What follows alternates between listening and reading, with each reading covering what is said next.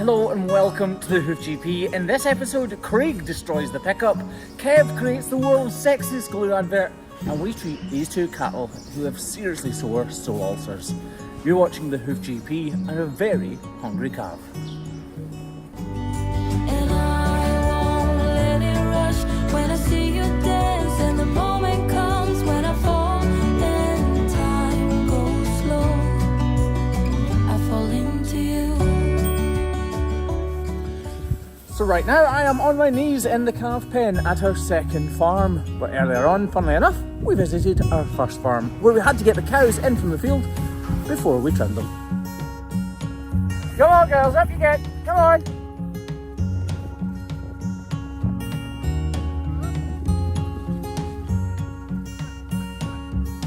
Come on, up, up! Good, up, up, up! There's things in life you simply need to know, but sun and rain and trust in letting go. It takes a bit of suffering, sleepless nights and wandering, before you make it safely to the end, the end, the end.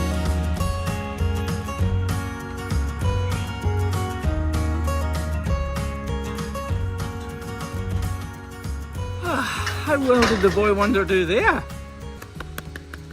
Actually quite impressed. I saw them run off into the distance and thought either a bike's getting them or not me, because nah. Anyway, on with the trimming. Rise up through it all, we get a little wiser.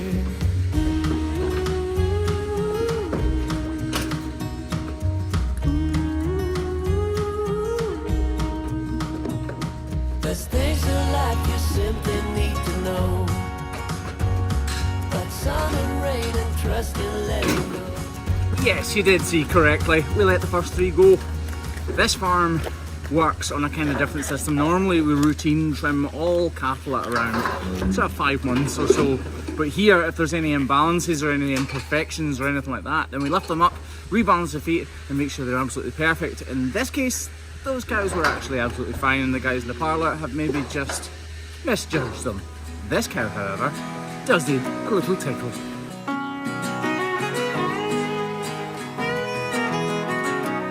It's very rare for me to recommend that somebody doesn't routine trim their cow's feet, but actually that's exactly what I did in this case. These guys were routinely trimming their cow's feet twice a year, and it was almost pointless. For around 70% of the cows here, we were literally removing no hoof horn whatsoever, and every penny they were spending on those cows was going to waste. So from that moment onwards, they decided to take a completely different approach. You see, this farm does not allow any imbalanced feet.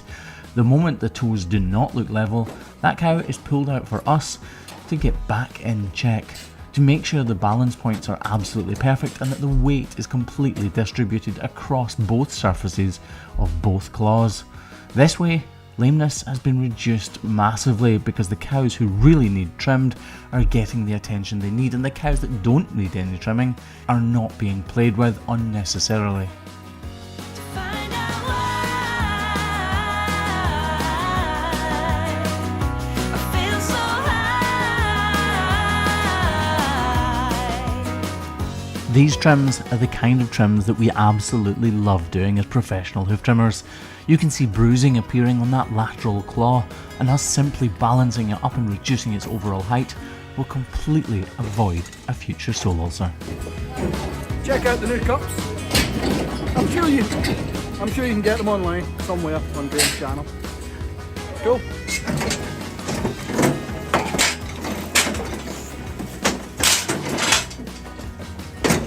This next cow is one of the few that we're treating for lameness today. She has an incredibly sore back left foot, and as soon as we get it in the air we can see that it's very overgrown. But I've just told you that this farm do not tolerate overgrowth, and I was correct, they don't. Something has happened here that has let the system down. Most likely, she's been missing the auto shed gate. A gate that works by an input from the farmer, which then auto sheds them into a pen ready for us to trim. But this girl has definitely not been trimmed in a while.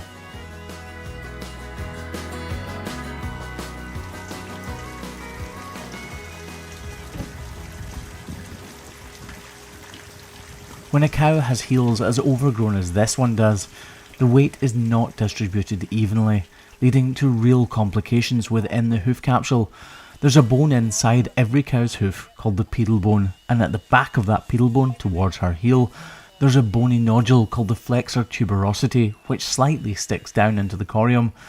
So if any cow is carrying too much weight on one claw, this flexor tuberosity really takes hold of the corium, beginning the bruising process, which eventually leads to a sole ulcer, and exactly what you're just about to see.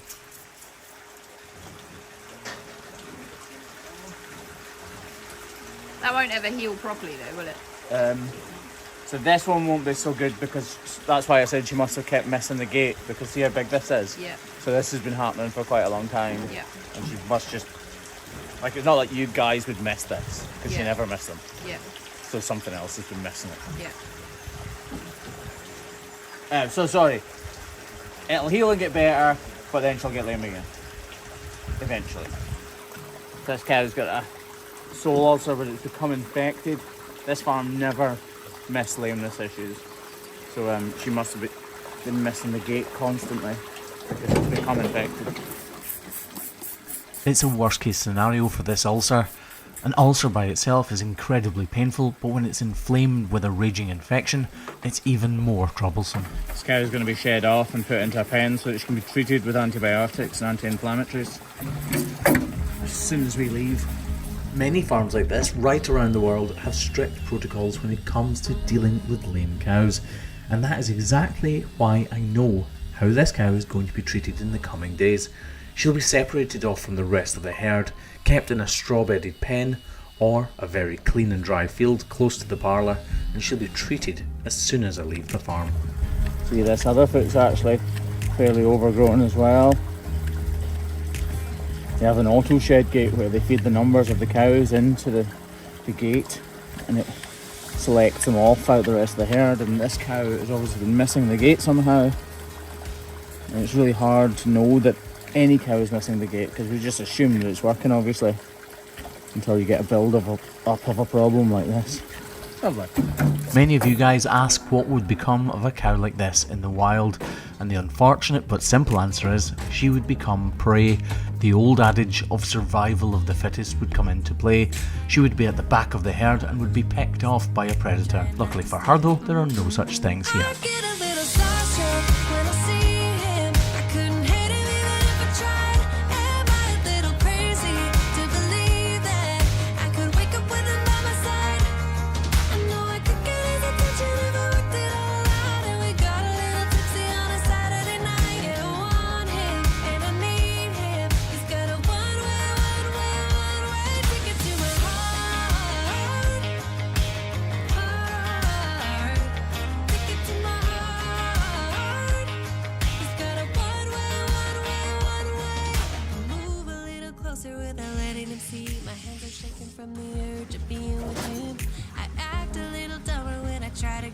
That's farm number farm number one done, but we have another farm to go to across the road where there are about 30, and I know for a fact a couple more lame cows. So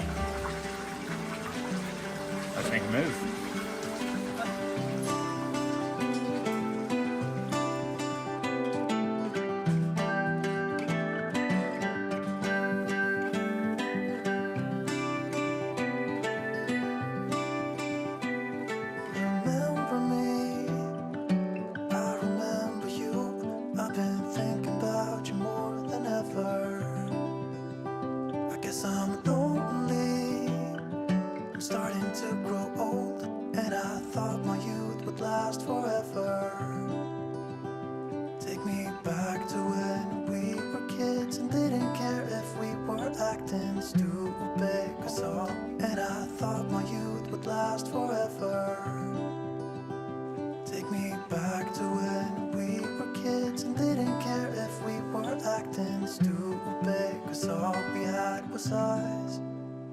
If I close my eyes and think about us, I can see the person I know I should be. 'Cause honestly, I don't have no time to waste. I'm trying to come back to you, because now I see we were meant to be. Just like that, we are here.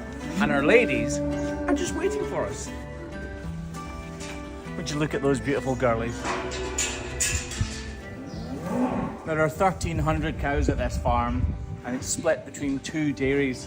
So we go to the first one first and the second one second. So sometimes we go to the second one first if the first one's not ready, so we go to the first one second. But you get the idea. There are 1,300 cows here, and about, well, there's less than 1% lameness, which is actually absolutely fantastic. Right. How good's this, by the way? It's a trial, it's a trial. We've trialled about 12 or 13 travel cups so far, and I think I found a winner. Oh, look, a bubble! The bubble's not included. Cause honestly, I don't have no time to waste. I'm trying to come back to you because now I see we were meant to be.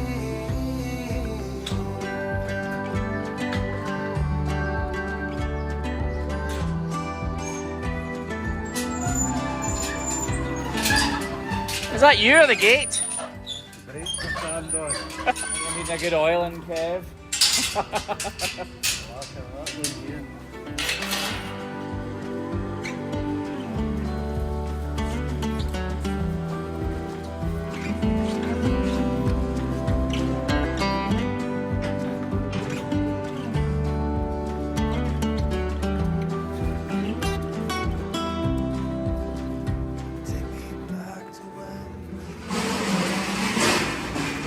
She's gone back. These cows' feet are perfect. So look, in fact, look.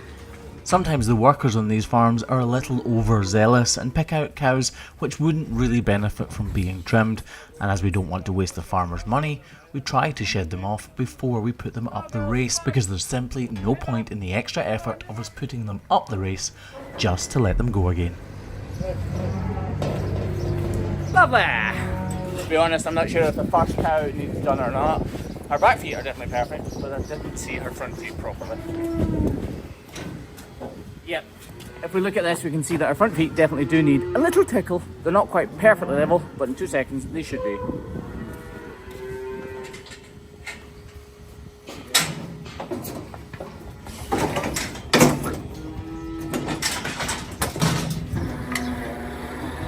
If we look from here, there looks like a small difference, but if we come around to this side, we can see there's a height difference of about 5mm. But I'm afraid 5mm is simply too much of a height difference for us to ignore. I use this rotoclip round disc to reduce the height of that inner claw. The blade I'm using on the end of this grinder is a rotoclip round, and the inserts within it are actually designed for trimming and cutting through solid steel, meaning it's an exceptionally aggressive disc. It's actually the most aggressive disc that you can buy for hoof trimming cattle feet, but we absolutely love them because they're so versatile and fantastic at the job in the right hands. What was that? I said, that's a no day, the boss is only in with coffee in his hand. That's a miserable sort. It's well earned, it's well earned. Dwight obviously doesn't understand the day-to-day struggles I have working with Craigie Boy and Kev. This coffee is needed. So basically, as we are trimming these cows, all we're doing is checking and rebalancing them. And as we're doing that, Kev is making sure there's a constant flow of cattle behind us. This really, really speeds up our day. It's a massive luxury.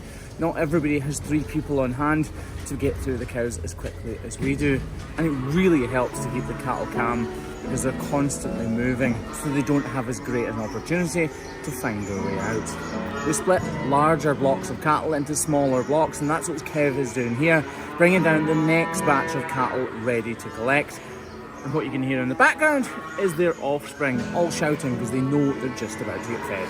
The weather here in southwest Scotland, Wigtonshire, where we live, right now is beautiful. It's actually only about 16 degrees centigrade. I have no idea what that is in Fahrenheit, I'm afraid, but the weather is beautiful. It makes a real change from all the rain we've had lately, which you're probably sick of me going on about. But anyway, you hear people talking about how family is important to them. When it comes to family, it's literally the only thing in my life. Our whole life revolves around family. For those of you who are new to this channel, Craig and Kev that are working down there are both my brother-in-laws, and you've seen 2 or 3 other brother-in-laws on this channel, and my friends are pretty much my brothers because they're so close. I have two friends in particular who are just the same as my brothers, to be honest. This weekend, because it's sunny, we are lucky enough to have a jet ski, so we'll be taking the jet ski out and having a barbecue on the beach tomorrow and a few drinks. Oh, I can't wait, to be honest. Oh, that is a nice, that's a nice thought, actually. But enough about me. What are you guys up to the weekend? Is it sunny where you're at? Will you get some time off work? Will you spend it with family? Will you spend it on your own going for a walk? How is everything in your world? Because I genuinely do care, and so do the other people in this comment section. So, let it all out. What's happening in your world? I would love to have a little read through the comments and see what you're all up to. I need an ice cream or an ice lolly or something. I told you guys a while ago that I was trying to fight the fat, and I really am. Me and, weirdly, two of my other brother-in-laws, Mark and Derek, we are in the gym 3 times a week just now, and I'm trying to diet and stuff, and I have lost almost 10 pounds. So I am very happy with myself.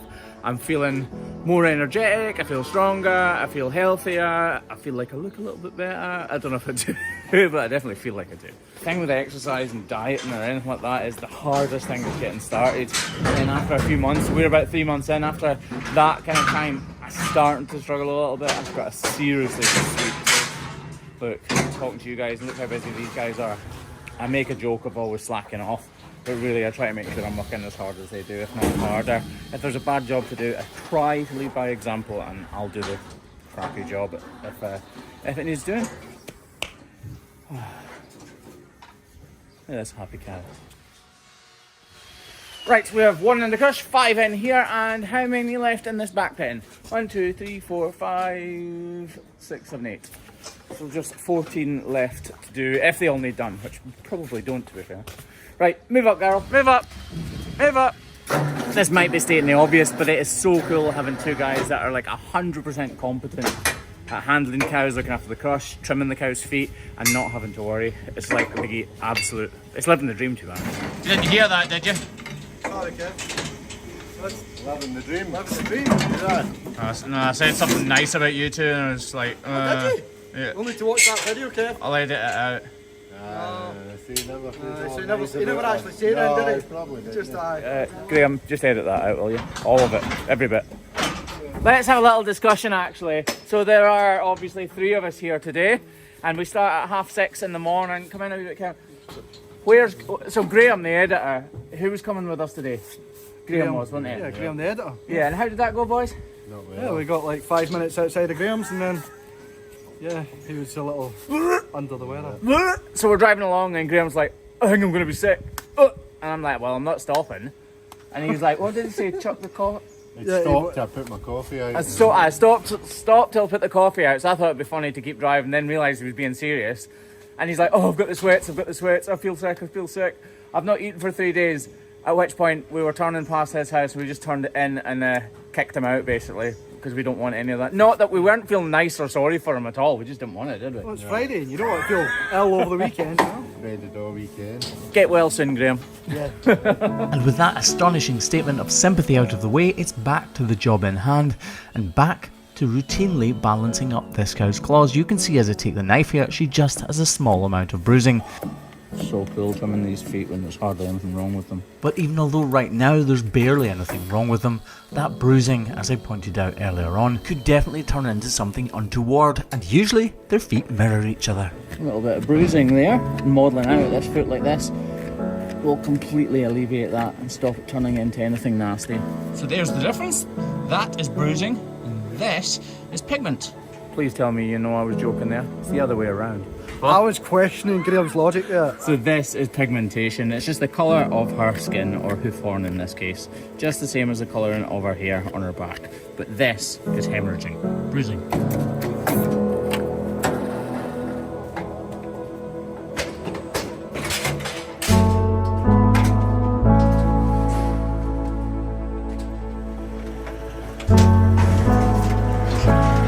So this is actually one of the very few cows here that is lame.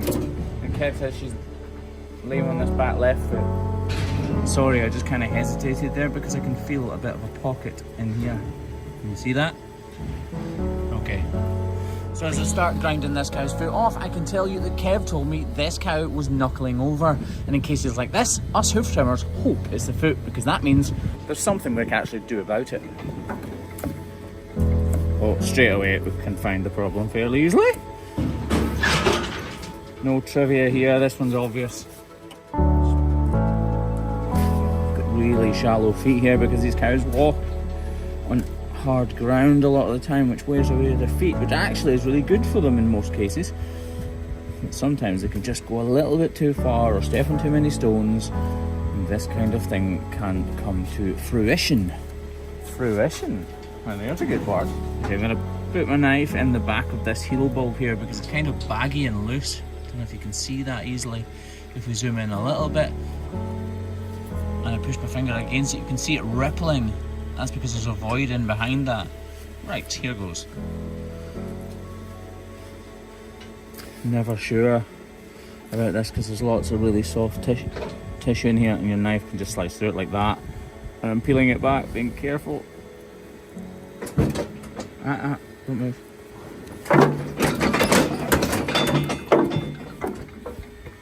So this is a sole ulcer, and it's become complicated, i.e. it's infected slightly, and that's why she's so sore and knuckling over, as Kev says. Basically means that her ankle is bending abnormally or going right over because it's so painful for her to put all of her weight through her foot. So as she goes to do it, she goes, ah, it hurts, it hurts. Knuckles right over on it. Right, I'm going to put my finger, my knife in here. Oh look, you can see it is detached mostly. Definitely doesn't help when she kicks out like that. Just gonna peel away these layers that are detached. Just give this a wash off. I've actually just about got it there. Obviously she's gonna need a block because if we come to the side here, you can see the height difference is not substantial enough to get the weight away from this sore and affected area. Again, as I take the grinder here, all I'm doing is cleaning off this medial claw and making sure that it's as flat as possible and completely free from any hoof horn that may be shedding away, so that Kev can apply this block perfectly and it has no danger whatsoever of coming off.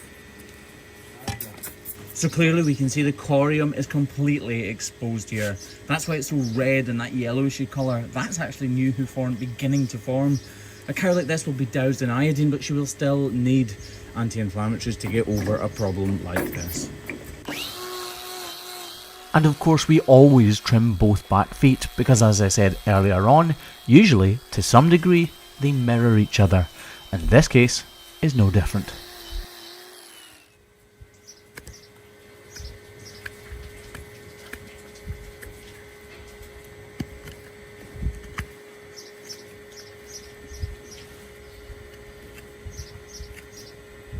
I wasn't expecting this, to be totally honest. This is really deep bruising. So it's the beginnings of exactly what you've just seen on the other foot. This is a sole ulcer and it's kind of infancy. I actually think we're going to need a block for it as well, to be honest. Kev, do you want to get a block for this too, please, mate? Deep bruising like this is really hard to overcome. Which is why, again, we're grinding back this inner claw to take a block.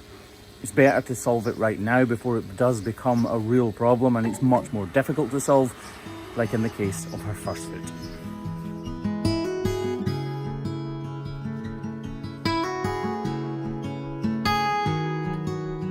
At this point, this is basically the sexiest advert ever for Hoof Grip Pro. What? Just like the Diet Coke advert. I don't want you. Did you ever sing like that? Ever again, okay? You do a lot for my confidence, you know that. Anywho. You're obviously doing that when I'm not here, aren't you? Never do that. Well, I've never noticed it before. I've never noticed that before. Funny, Kevin never pointed that out to me yesterday when you weren't here. So it obviously happened today. Ah, it's not even dirty, is it? I would never, ever, ever admit to breaking something. This paddle is made out of aluminium and rubber, and I'm always catching it with my grinder, but it doesn't matter because the grinder blade is literally designed for cutting through metal. And also the paddles can be replaced. Yes. Like some other things, Craig. You can't replace me. Yeah, because my sister would kill me.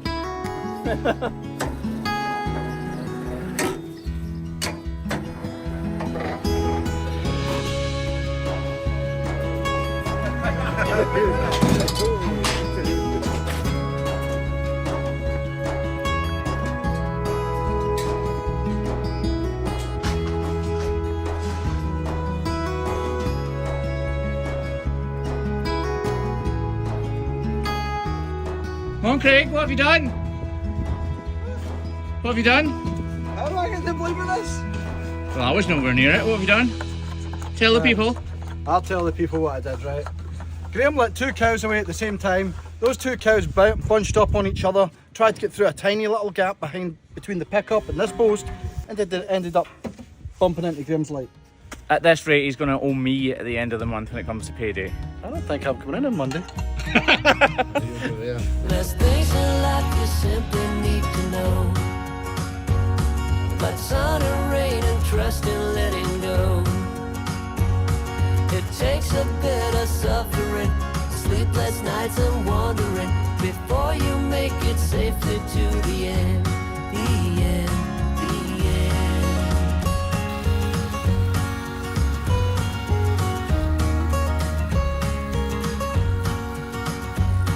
Don't say you're ridiculous, you're not even close. We love our jobs, and we smile and we laugh and we joke around at work, just like friends do. But at the end of the day, we have a lot of cows to trim. So it's on with the show, we go.